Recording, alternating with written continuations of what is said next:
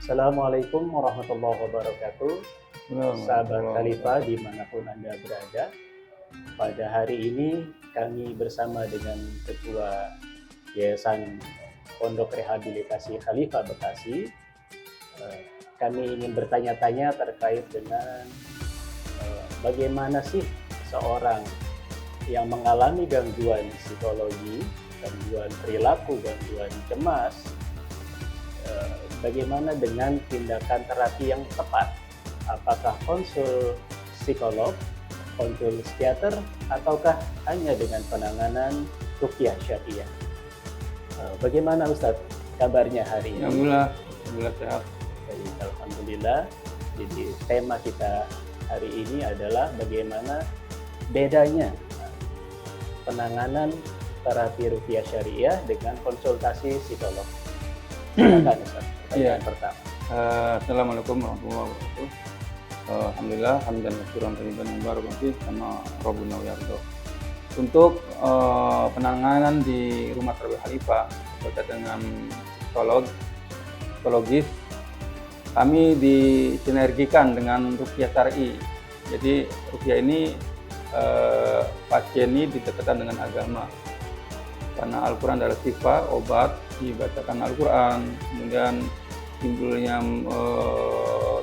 ketenangan jiwa, kemudian juga dia menerima takdir, arahnya ke ruqyah syar'i. Tapi perlu disinerikan juga dengan konsul dengan psikolog. Ketika ada kecemasan yang berlebih, maka psikolog akan mengarahkan untuk menyeimbangkannya. Atau dia ada traumatik, kemudian dia karena faktor bully atau faktor yang lain, maka bisa diarahkan dengan psikolog. Jadi antara ruqyah dengan penanganan psikolog itu ya memang saling mendukung, disinergikan gitu. Insya Allah di rumah Khalifah penanganannya seperti itu. Baik, untuk pertanyaan selanjutnya Ustadz, yaitu bagaimana keluhan atau gejala-gejala yang dialami oleh pasien itu yang ditangani dengan penanganan ruqyah syariah. Untuk penanganan pasien yang ada gejala-gejala seperti mimpi buruk, sakit berpindah-pindah dari tubuh tersebut, kemudian ada kecemasan yang berlebih, dan juga masalah ibadah pun malas, dan juga dia emosinya kadang-kadang nggak stabil. Itu perlu dicek ruqyah syar'i, apakah ada indikasi gangguan non-medis atau gangguan jin, atau juga dia merasa kesal antara suami istri sering berantem, itu pun indikasi yang perlu dicek ruqyah syar'i. Itu salah satunya. Ya, bagaimana dengan anak-anak remaja yang bermasalah, ada kenakalan dan seterusnya Ustaz? Bisa sih, untuk anak yang bermasalah itu bisa, karena bisa aja karena dari faktor-faktor tersebut atau gangguan tersebut tadinya imbasnya pada emosional gitu. Kemudian dia faktor malas ibadahnya segalanya, dan dia arahnya berbuat maksiat. Karena kalau dia sering berbuat maksiat itu memang setan itu ikut andil dalam hal tersebut.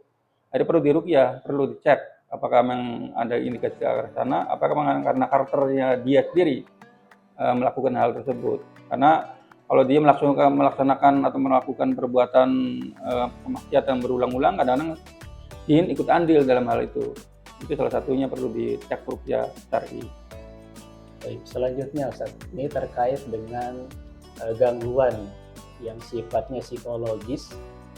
Kira-kira gejalanya apa saja yang dialami orang-orang yang mengalami gangguan seperti itu Ustaz?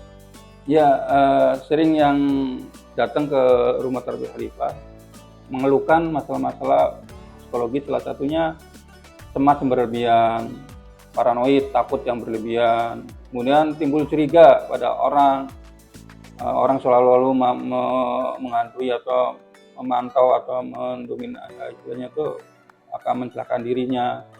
Kemudian ada suara-suara yang muncul seperti halusinasi atau waham, suatu yang dia merasa terjadi padahal bukan terjadi, suatu yang dia lakukan padahal nggak melakukan. Jadi perasaan jadi begini padahal sih memang enggak. Maka itu memang positif gangguan berkaitan dengan psikis. Kalau masih ringan, biasanya kami arahkan ke psikolog aja. istilahnya konsultasi dengan psikolog, diarahkan, kemudian dia minum herbal atau terapi. Tapi udah berat, misalnya ngamuk-ngamuk, teriak, tantrum yang berat, kemudian dia udah lupa ingatan, bahkan ada suara-suara yang mau bunuh diri, maka diarahkan ke dokter psikiatri karena perlu minum obat, perlu disuntik supaya dia tenang. Kalau hanya psikolog aja belum tepat, maksudnya nggak kurang pas. Tapi yang kalau udah parah, ya maka kami arahkan ke dokter psikiatri dan nanti mungkin dokter mengarahkan untuk minum obat atau suntik sesuai dengan kondisinya, dosisnya sesuai dengan kondisi anak tersebut. Itulah salah satunya penanganannya. Gitu. Pertanyaan berikutnya yaitu ketika orang mengalami gangguan-gangguan baik secara perilaku, perasaan, emosi, kira-kira kapan waktu yang tepat untuk kita konsul penanganan terapi ruqyah atau ke psikolog atau ke psikiater, Ustaz? Ya sebaiknya sih disegerakan ketika ada orang atau ibu melihat anaknya udah ada gejala-gejala seperti menyendiri, istilahnya menutup diri, kemudian dia mulai ada masalah-masalah psikologisnya bermasalah atau emosinya bermasalah, maka segera datang mungkin ke ruqyah dulu. Setelah dicek dari diagnosa ruqyah mungkin nggak ada masalah, ya ketika masih tapi dalam kehidupannya itu ada perubahan sikap, ya mungkin meningkat ke psikolog. Nanti dari psikolog nanti bisa diarahkan ke psikiatri atau tangani psikolog udah bisa. Tapi ketika psikolog nggak mampu atau perlu ada penanganan lanjut, ya mungkin diarahkan dari psikolog ke dokter psikiatri. Itu salah satunya penanganannya. Baik.